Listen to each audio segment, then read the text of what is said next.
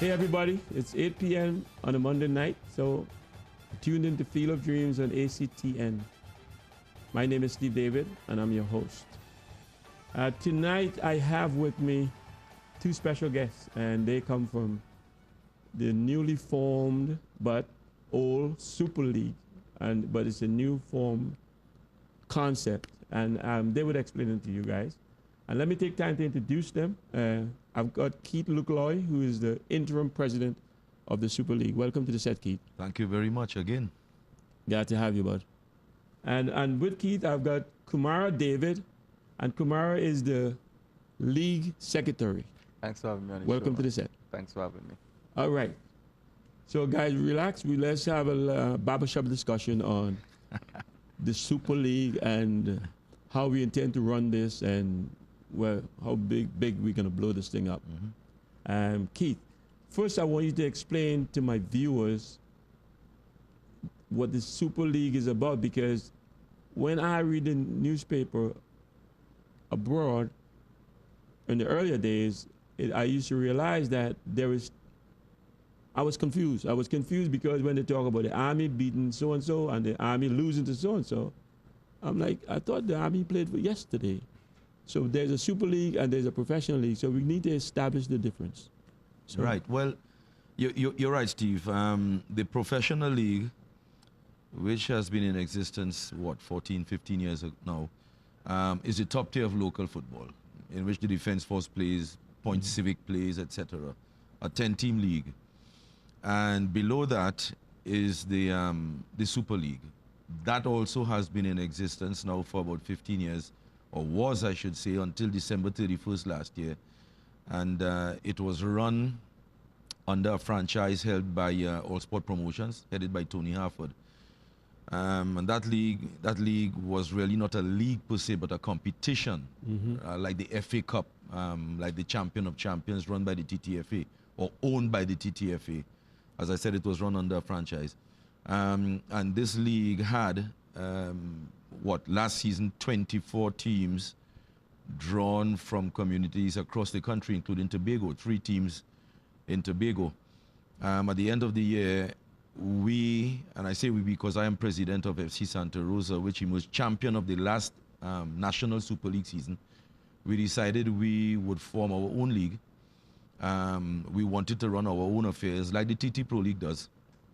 And therefore, we formed a constitution, we formed a company, Trinidad and Tobago Super League Limited. We hired a secretary for the league, and we set up the internal institutions to run business. And then we applied to the TTFA for membership on the 8th of January of this year, 2017.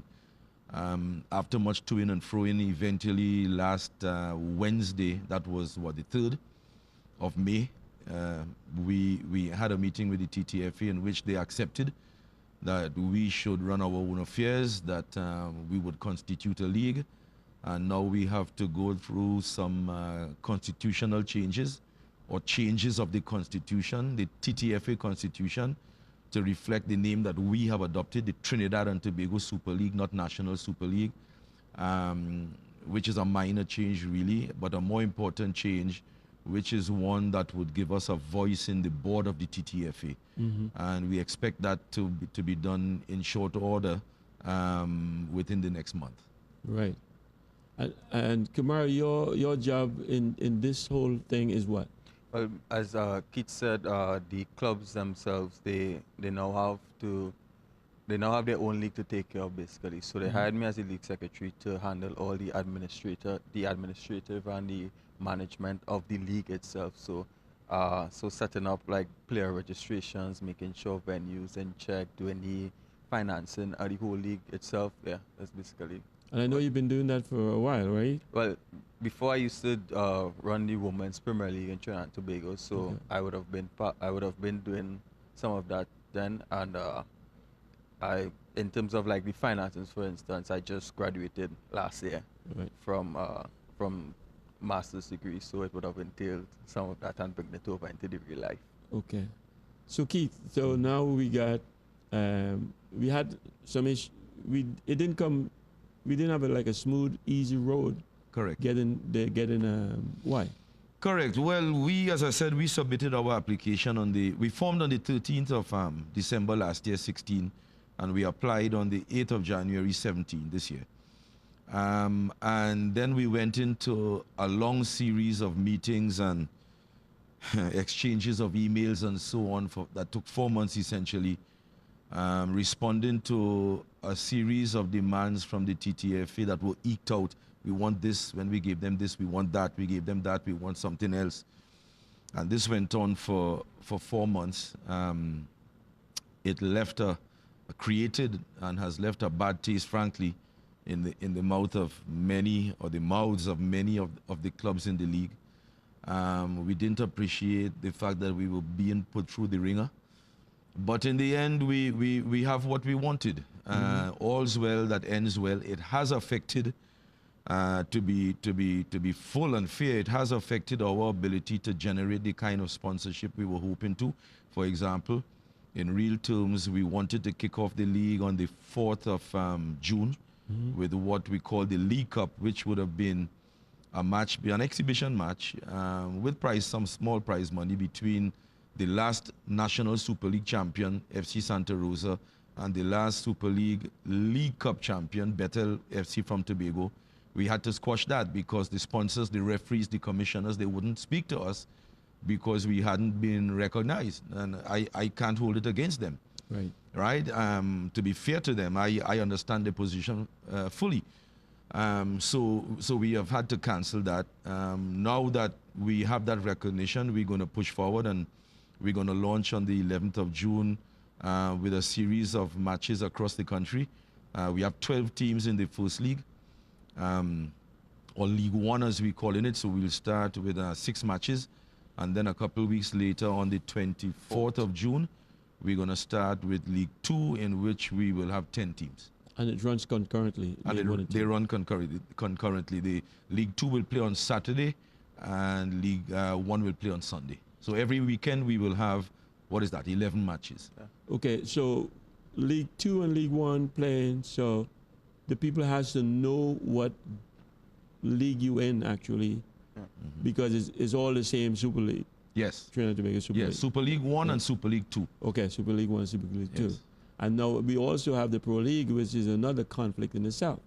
But it's in a different neighborhood, no? Yes. And Kamara could as we say, expatiate on that. But as I said at the very top, our members are drawn from communities across the country, including Tobago. The Trinidad and Tobago Super League is the only truly national league in the country, in the sense that it provides weekly competition between players or athletes and clubs from Tobago and also Trinidad. For example, in the secondary league, the Tobago boys, they play and then they come in and so on and so forth. But in the Super League, we meet on a weekly basis. So football aside, really, the Trinidad and Tobago Super League plays, we believe, a very important role in not only community integration, but also national integration. Yeah, because as I said, we have in a 22-team league, we have 19 teams traveling to Tobago and 3 teams coming down. So there's this crisscross. There's we make an investment into the Tobago economy. When my club goes to Tobago, we would spend $4,000 or $5,000 on the trip. No, we're not talking about the tickets. We're talking about the transportation, the food, the whatever, refreshment. So we would spend $4,000, let's say, on average. We go there twice. That's $8,000. Multiply that by 19.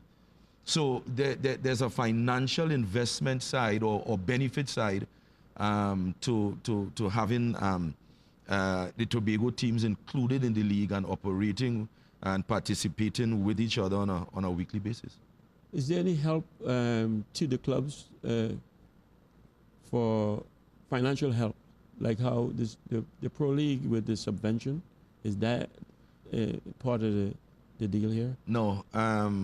And again, I will invite Kamara to. I don't want him to just be sitting here. Okay. Listen. This young fellow is one of the bright new faces in football. I understand that. Which is why we've brought him in.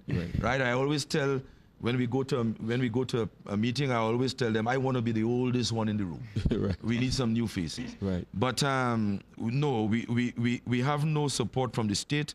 Whereas the TT Pro League clubs, 8 of the 10 TT Pro League clubs, I understand, get $50,000 a month in some kind of subsidy. The Super League clubs get nothing. So one of the things we're doing right now, this morning, I contacted the Minister of Sports office, his personal assistant, and she asked for me to send an email. And we are asking for the state in some form or fashion, be it any combination of the Ministry of Sport and or Caribbean Airlines, to cover the cost of our teams going to and fro inter-island travel, Right. which over the course of the season will come up to amount to about $450,000. Right. That's all we want. The TT Pro League is getting that every month. Right. We want it once for the year, Right. and we'll be happy to operate with that because it would keep Tobago in the league. Right. Kumar, what I like about this, you have 2 divisions and teams are playing, and I know you're the one who set that up, not Keith, right? And teams are playing each other. So if I'm in the 2nd tier, Right. nobody has to know I'm in the 2nd tier. I'm competing in this Trinidad and Tobago Super League. Right.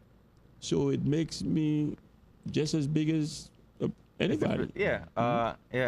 So as Keith said, we have 10 teams in the first tier and 12 teams in the first tier and 10 in the 2nd tier. So it's 1 league, but 2 divisions, and we have promotion and relegation in both divisions. But the Super League is 1 entity.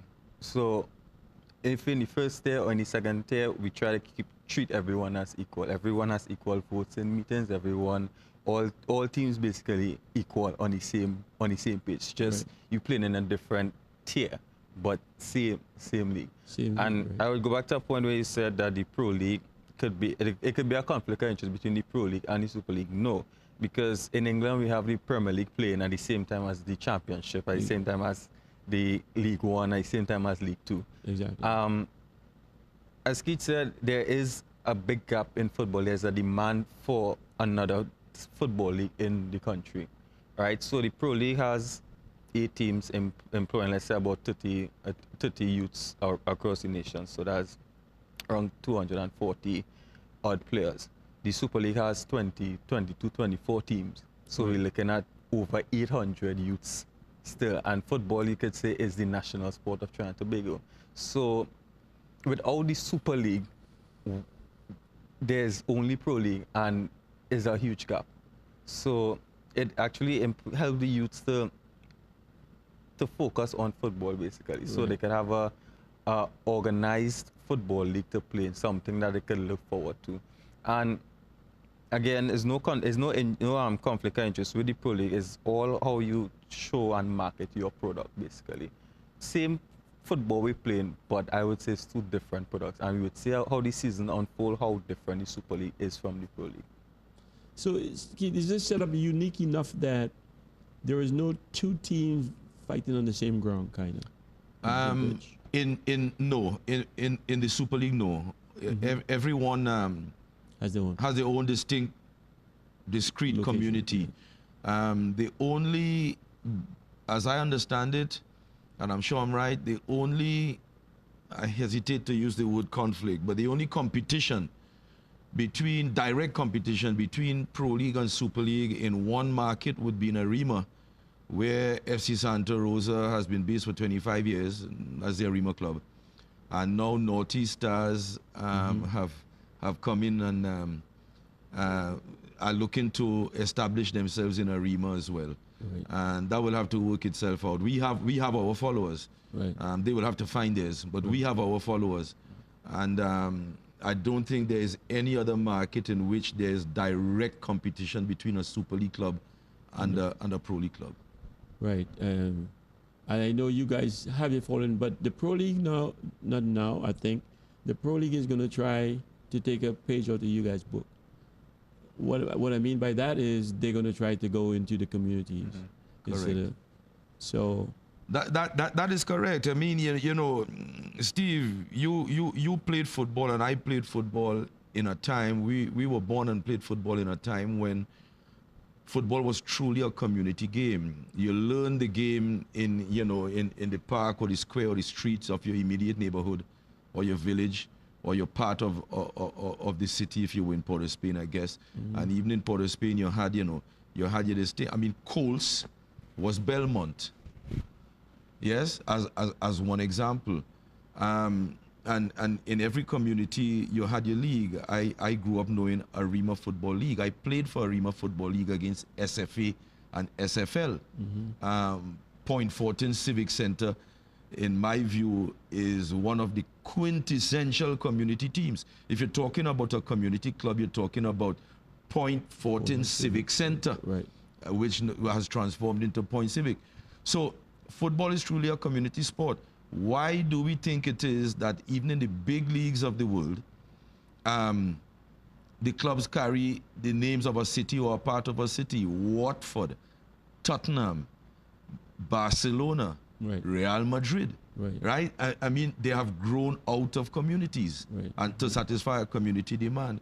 So that football in Trinidad and Tobago, which is a really small market that is not grounded in even smaller markets, meaning the community, the village or wherever you're from, has no future, it has no hope.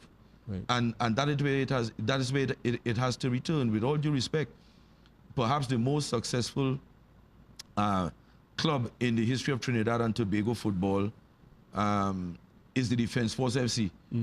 But they have won the CONCACAF Championship. You know that. I know that. A lot of young people don't know that. Right. But we know this. They do not have a community. Beyond the community of the military, they don't have a community that will come out on an afternoon and come to the pitch and, you know, and support them like they will support the boys from the village. And this is where we have to return. For football to grow and achieve its true potential, we have to go back to the future, so to speak. You guys are the new guys in the block, so to speak, because you're in a new league. Even though you've been operating for a while, right? I want you guys to think about this question. So now, you're not in direct competition with the professional league, but you're competing around the same time, months from June to the end of the year.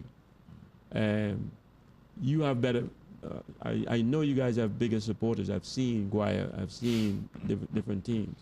So you have to continue to push that.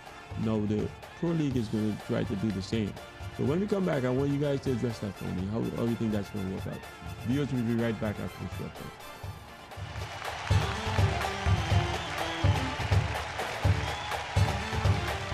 This guy and that guy, and you know, people want to know who going to win the goal and who things like that. So it's simple marketing techniques that could help to bring a league up, and it's not rocket science. It's not rocket science. Worldwide Safety Consultants Limited offers solutions to your immediate and future potential problem areas by providing you with a qualified team of safety consultants. Worldwide Safety Consultants Limited, building a reputation on quality and value since 1999. Located 23 Todd Street, San Fernando, Trinidad. Phone 868-657-1534 or 868-788-6955. worldwidesafety@yahoo.com.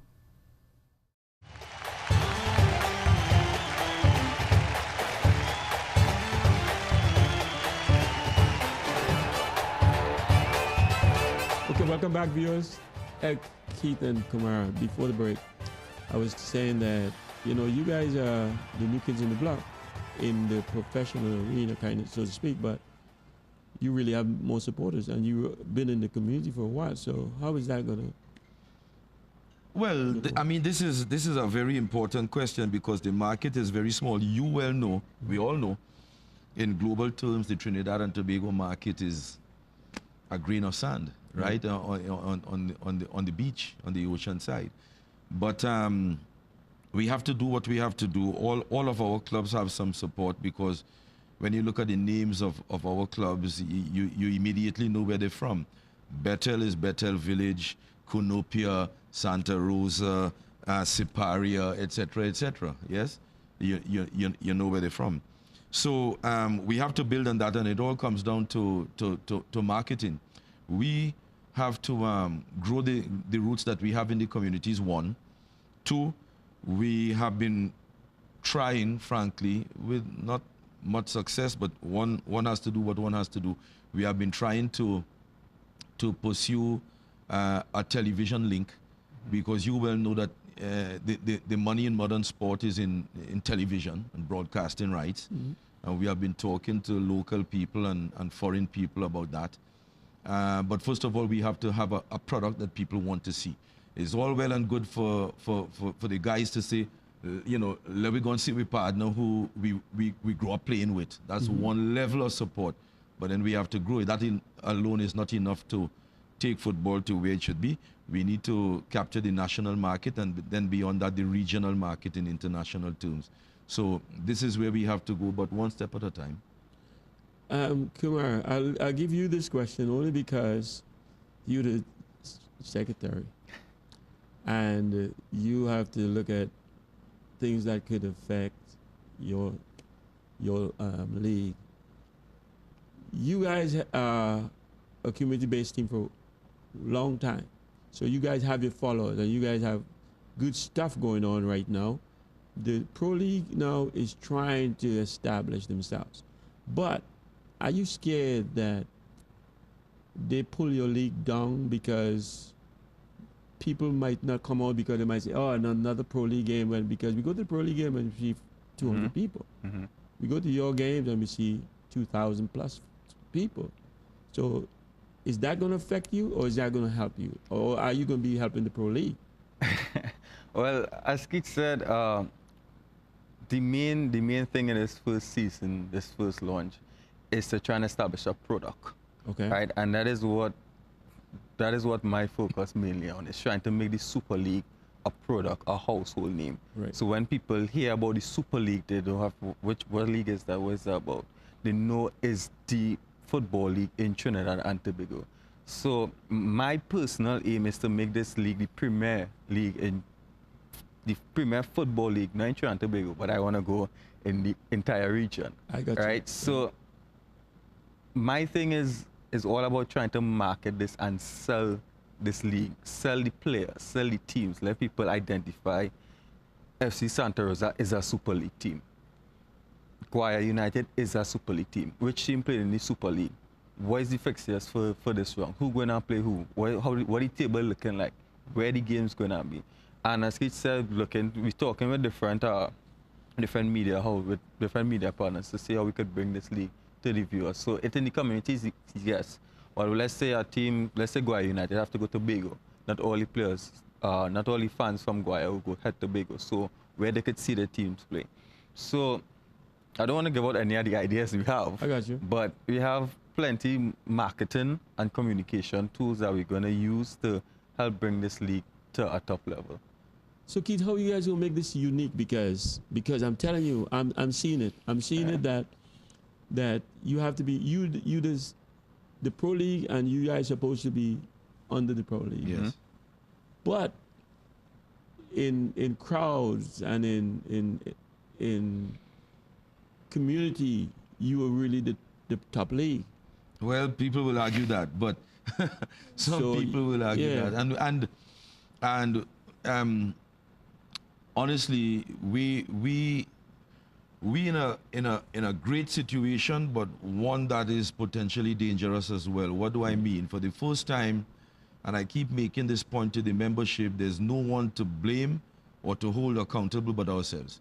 Right. Before, it would have been easy for us to say, well, it's his fault, it's TTFA fault, it's Tony Harford fault, it's All Sport fault. Now we own and control the league, and we have a responsibility to ourselves.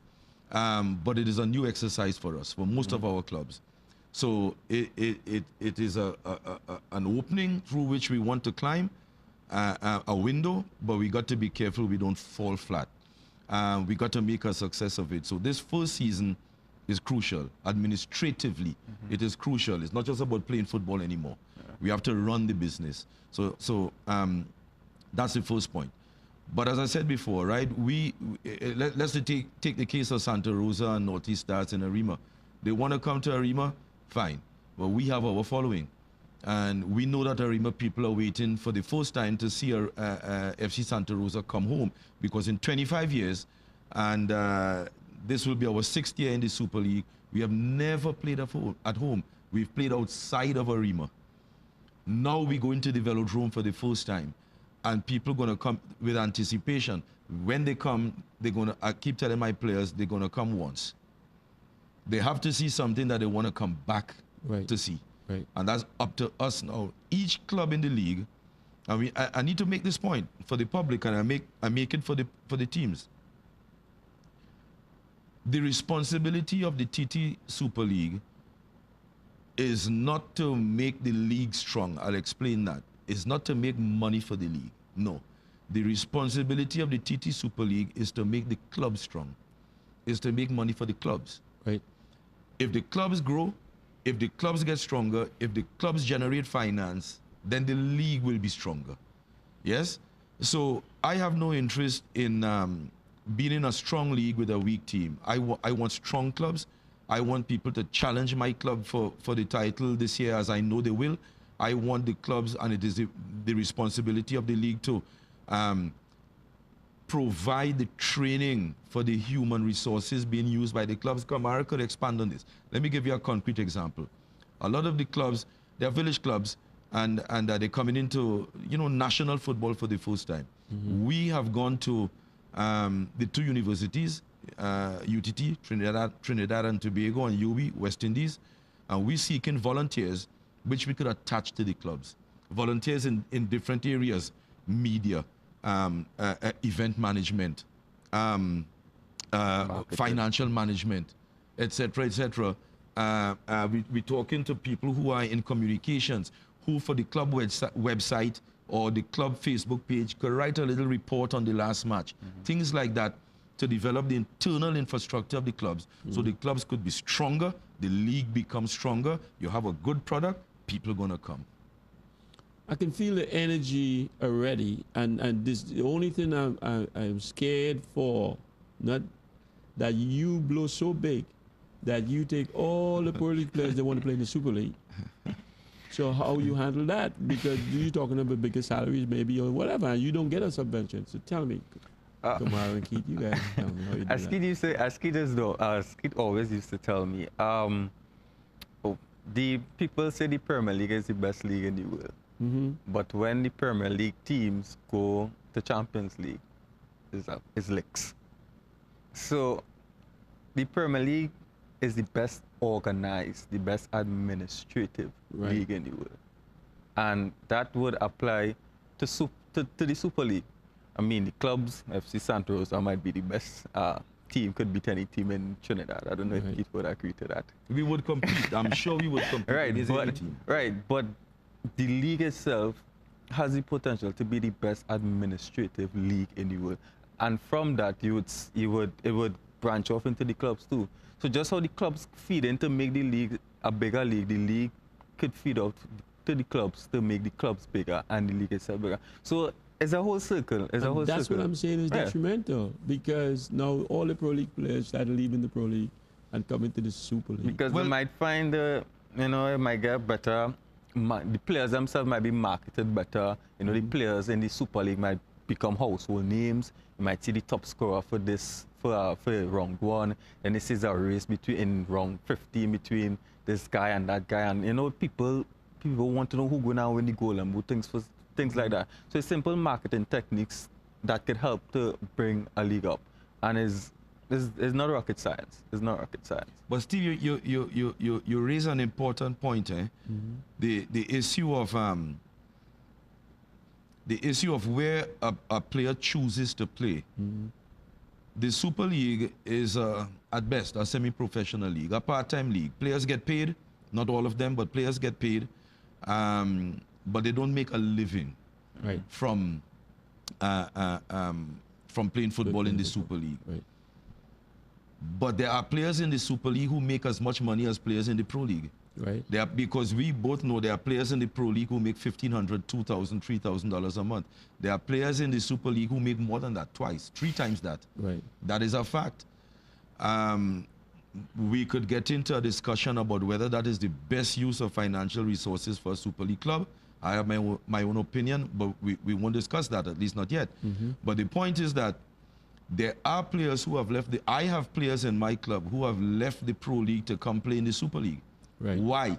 Because it offers them a better financial balance or balance of income streams, to use the fancy term.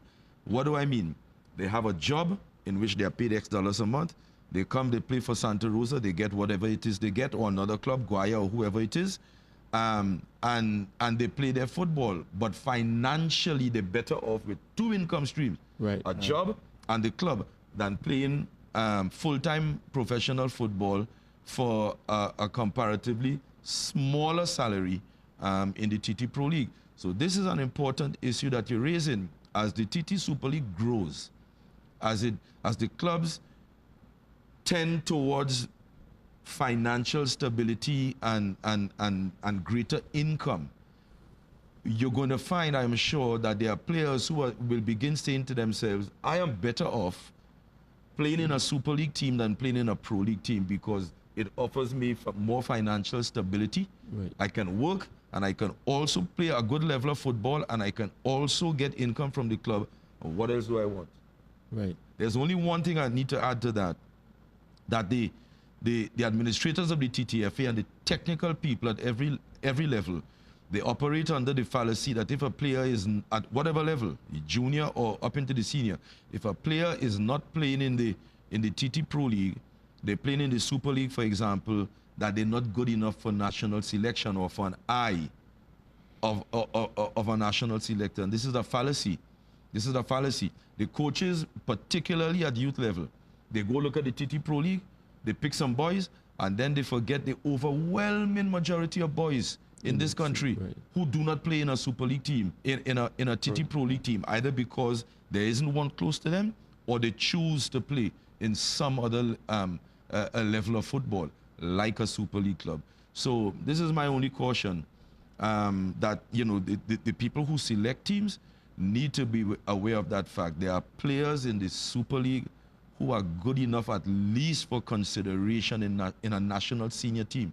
I'm talking, people know me, I talk football whole day. Yeah. Let me give one example. Siparia Spurs has a player by the name of Andy London. He was the leading scorer in the league last year. He scored, I believe, 26 goals in 26 games. And let me tell you something. FC Santa Rosa won the league. In our 26 league games, we had 14 clean sheets. We gave away the least goals in the league. We played 26 games and gave away 23 goals. You know that. That's championship football. That's championship defending. My defenders told me, they said, coach, because I'm the coach, they said, that man is the hardest player that we had to play against, because he always on the move, always sniffing, always hunting. Is he being considered at least for a look in a national team? I don't think so. And that's horrible. But because when I played, we had a guy from Tunapuna who played second-class football that played for the national team. Exactly. So you should. You're right. Here, what I'm scared for your league for. I'm scared that people so want to win that they start taking players and putting big salaries, and you don't have a cap on salary. No. So and then it kind of, your league they try to grow your league too quickly. Well, it doesn't make sense. Personally, and from an administrative point of view, it doesn't make sense you try put all your money into one player and the club itself not structured internally to run a proper So how you control season. that? Right, so we have different, we plan on doing different workshops within the league itself, and to help clubs to show them different financial, Right. different workshops showing how to run a manager football club administratively, financially, the operations team. So it's not just we're just gonna leave clubs out there, and when the league starts to make money, we just give clubs money and let them do what they want to. No, we want to make the clubs to use this money, these monies, to make an investment back into the clubs.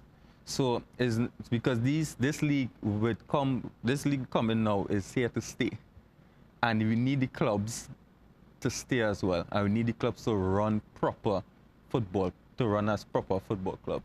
So we intend to do different workshops throughout this season to educate different club officials on how to properly invest in the league, and invest in the club, invest in the youth, invest in the administrative structure, proper running of football clubs. So, and with that, you would see you don't need to play a player X amount of money, and then when 2 years come and you didn't win anything, you have to drop all the league because you waste all your money on one player. So it's bad football business to begin with. So you educate them. Yeah. Okay, so you educate them, but they have the guy who is the stubborn one, Yes. the Keith Luke Lloyd, eh? Yes. And he says, I want to win, I have money, I am so-and-so, and I want to spend You it. see, Steve, this is why you are the host of the show, and I'm not flattering you. You're raising important issues, important questions. The TT Super League has no responsibility to ensure the survival of any club. Right. I believe in Darwinism. The strong survive. That's the reality of life. And the strong go forward, the weak fall by the wayside. In society, we have to take care of the weak, but in football, no. Everybody got to have a responsibility to themselves. So what is the league going to do? We have to educate people. We have to educate coaches. We have to educate physios. We have to educate club administrators. How do you structure your club? How you do your budget? How you account for it? Etc., etc. Financial accountability, transparency, all of that. But at the end of the day, each administration will have to make its own investment plan and have its own priorities. We have examples now of teams last year in the 2016 National Super League that were paying players multiple thousands of dollars, more than in the TT Pro League, and can't pay the registration fee for this season. Right. Bad priorities, and therefore, if you have money and you waste it and fall by the wayside, as in life, you will fall not only by the wayside, you will fall by the football wayside. Yes? So people have to understand the issue of long-term investment. Let me make it more concrete. When FC Santa Rosa won the league last year, the media and other people said, so is they asked me, is FC Santa Rosa now going to the TT Pro League? I said, no, we're not doing that. In the first place, it costs $400,000 to register, just to say I'm in the league. And we in our club, in my club, we do not believe this is a sound for us, that this is a sound financial investment. What we rather do, because, and I'll be frank, our club is a club that has grown from selling tulum and selling ice cream, right? And having cake sales. And we have grown from that to Super League champion. I'm not boasting, I'm saying it can be done. But you have to manage your business properly and choose your investment priorities. If the time comes when $400,000 in the Santa Rosa scheme of things is small money, we could do that. But until then, that is a mountain of money that if we had it and we don't, we have to choose how to spend it. And it wouldn't just be to say we register in a league, in a new league. No, we have to spread that because we have to ensure the development of our players, which means we have to ensure the development of our coaches, and which means we have to ensure that we run a proper administration that does not run in debt. I am deathly afraid of the word debt. Yeah, Keith, let's take a break. And when we come back, I want you to pick it up because I've got another question for you and Kamara. We'll be right back after the short break.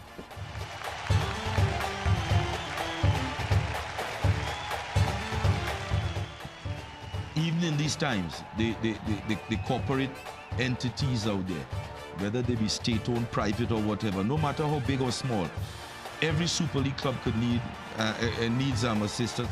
Worldwide Safety Consultants Limited offers solutions to your immediate and future potential problem areas by providing you with a qualified team of safety consultants. Worldwide Safety Consultants Limited, building a reputation on quality and value since 1999. Located 23 Todd Street, San Fernando, Trinidad. Phone 868-657-1534 or 868-788-6955. worldwidesafety@yahoo.com.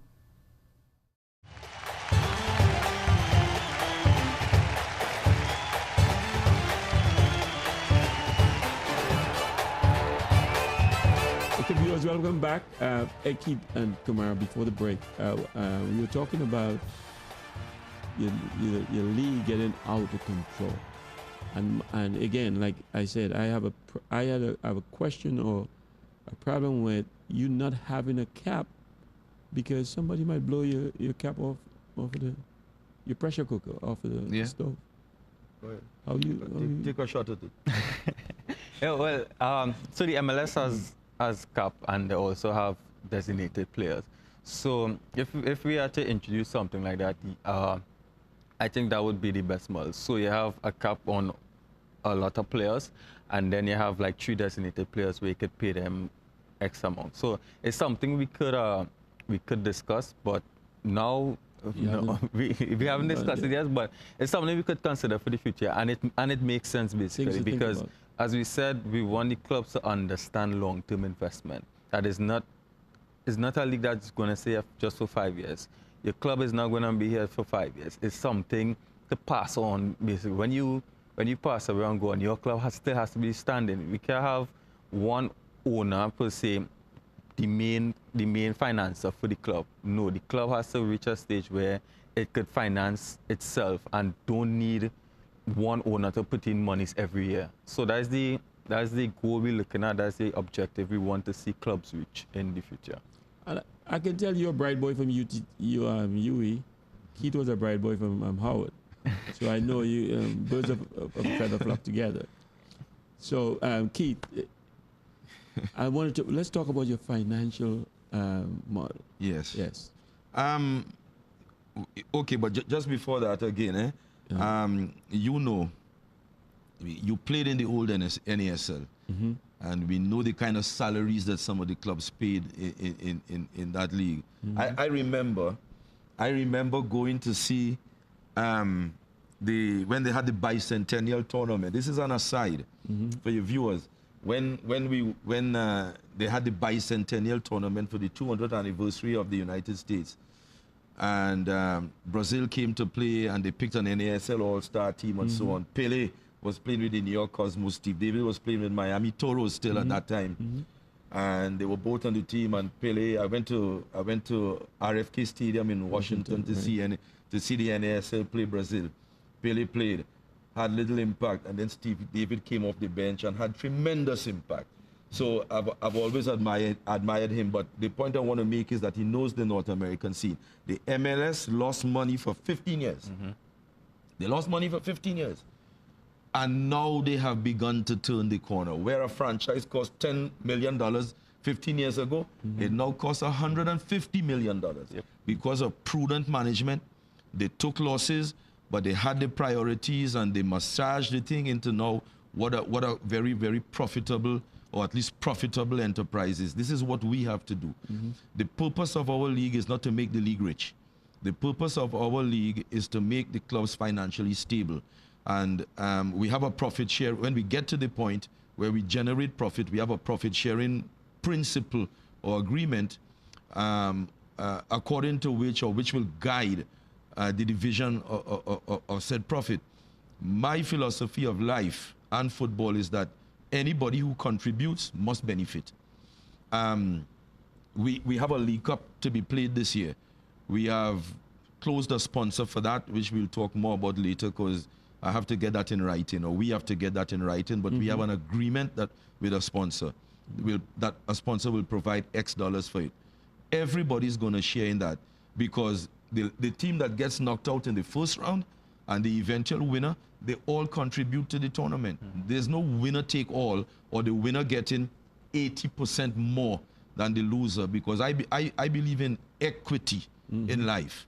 So that's one of the ways we're going to do it. Prize monies are going to be shared, and of course, like in real life, the more you contribute, the more you get. Right. So that's the first thing. But when we get to the point where we generate real profit, we have an agreement where that first principle will apply. In the standings, the more you, the higher up the standings you go, the more you earn. That's one point.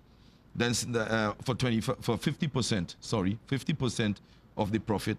And then of the remaining 50%, the league takes 25% for reinvestment. Right. And the remaining 25% is distributed to the top teams in the league. Right. So everybody has an incentive to make the league strong.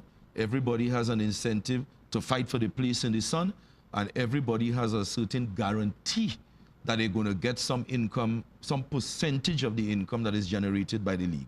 And the league itself knows that it will have money to continue next season. So the key thing is to try to establish good financial management and good administration. You know it. From that, football could flow. Because no matter how good the players are, if there's not good financial management and good administration, then all you have is talent, nothing else.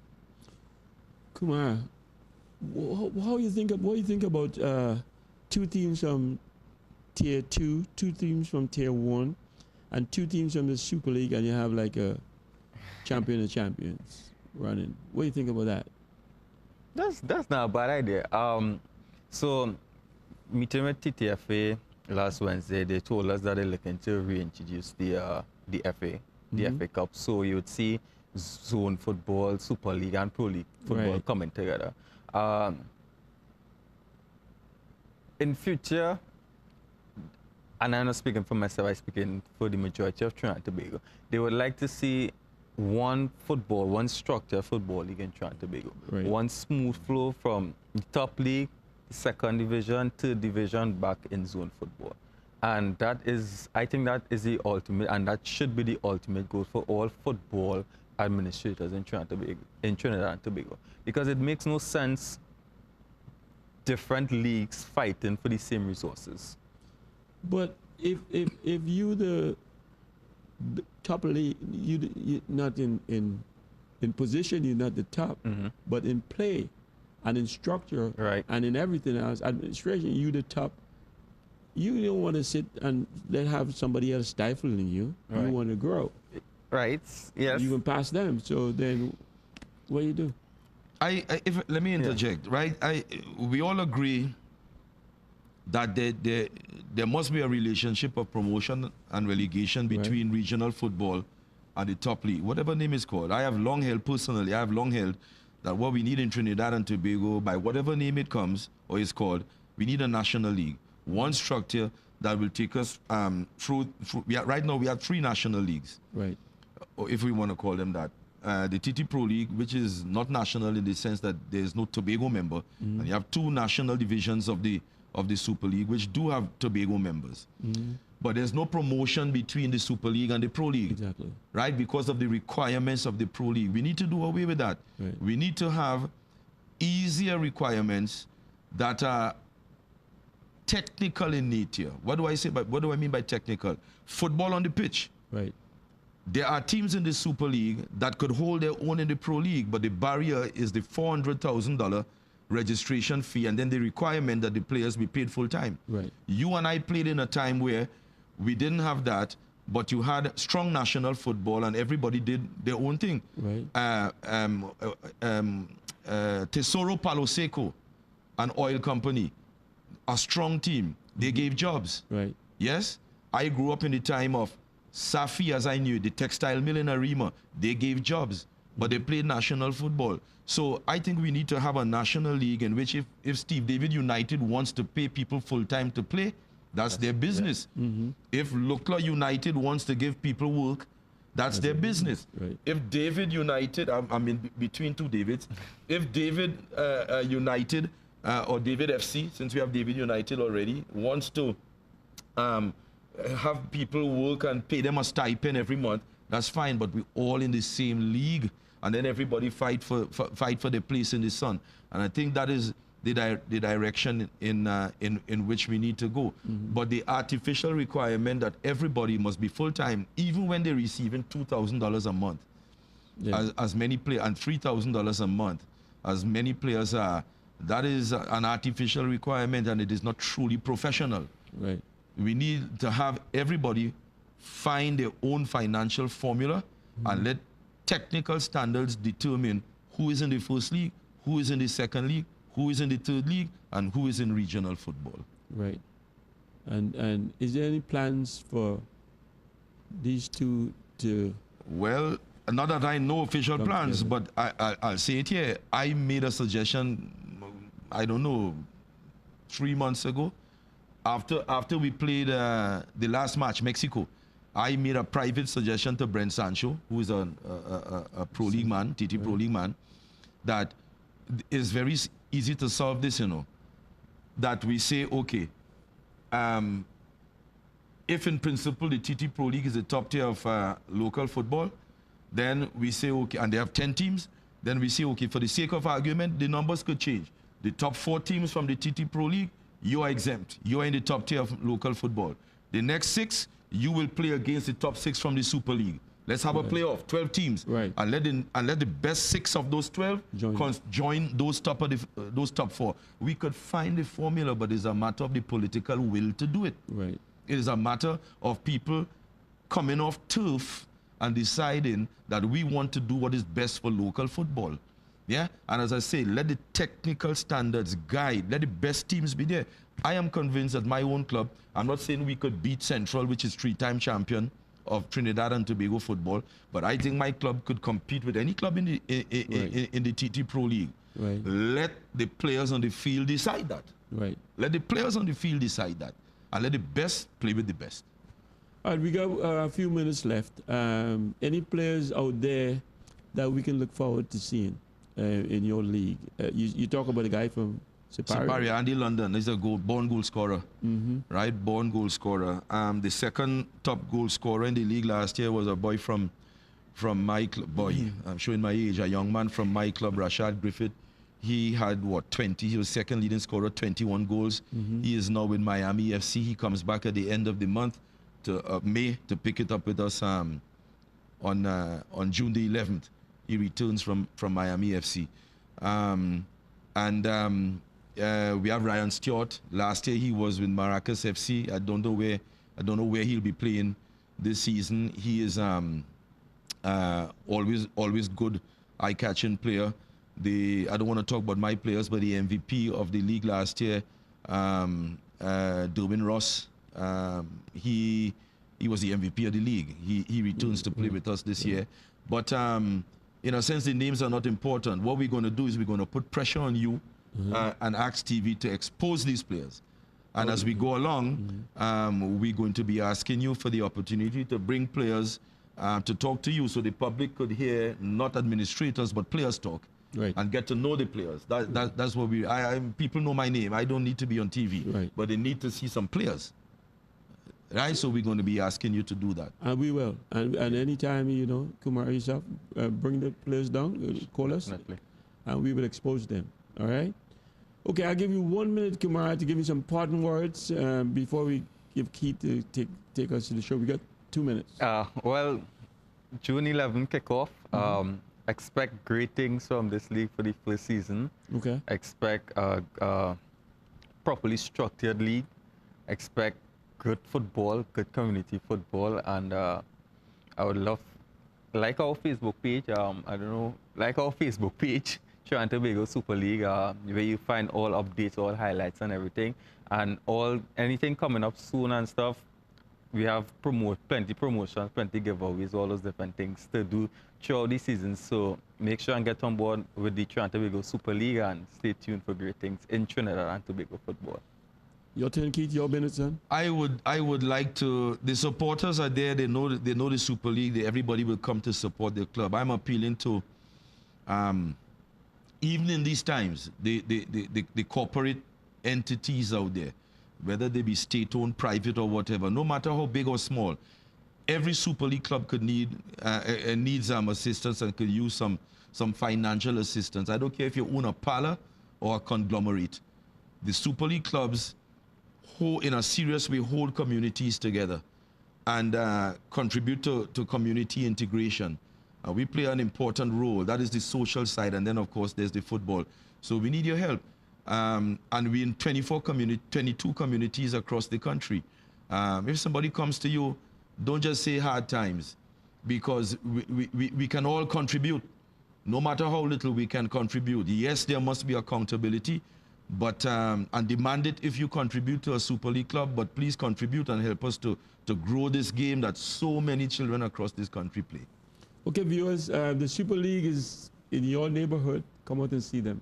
Thank you for letting us into your home. Okay, viewers, we've come to the end of another edition of Field of Dreams on ACTN. My name is Steve David. Thank you for letting us into your homes and bringing the show to you. Thank Axe Television Network for giving us the opportunity. I'll see you next Monday night. Good night.